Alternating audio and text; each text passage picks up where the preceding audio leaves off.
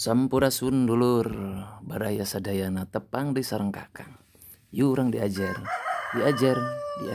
tuluy diajar. Assalamualaikum warahmatullahi wabarakatuh. Urang tingali tangkal salak ieu. Tur urang coba diajar saenggeusna ningali tangkal salak ieu. Kacida ieu tangkal salak anu rungseb ku cucuk-cucukna di sabudeureunana. Tuh belah jero belah ditu. Engke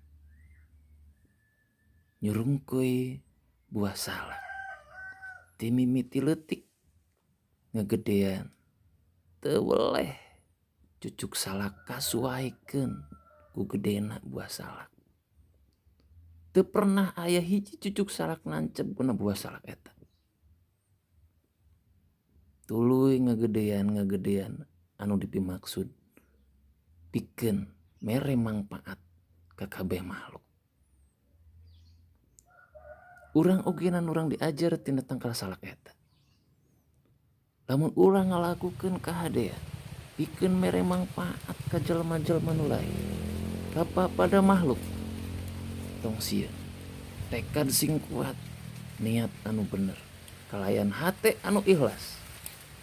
Sok sanajan halangan, rintangan anu lir diibaratkeun saperti rungsebna cucuk salak eta teu boleh bakal kasuaikeun ku tekad jeung paniatan urang pikeun mere kahadean, mere kaalusan, mere mangpaat ka papada kaula.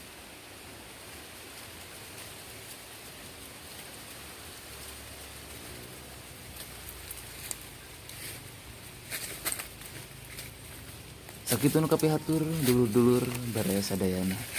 Mudah-mudahan saatosna nitenan tanda-tanda kagungan Allah urang tiasa nepikeun kana amal urang sadidinten. Amin ya Allah ya rabbal alamin. Assalamualaikum warahmatullahi wabarakatuh.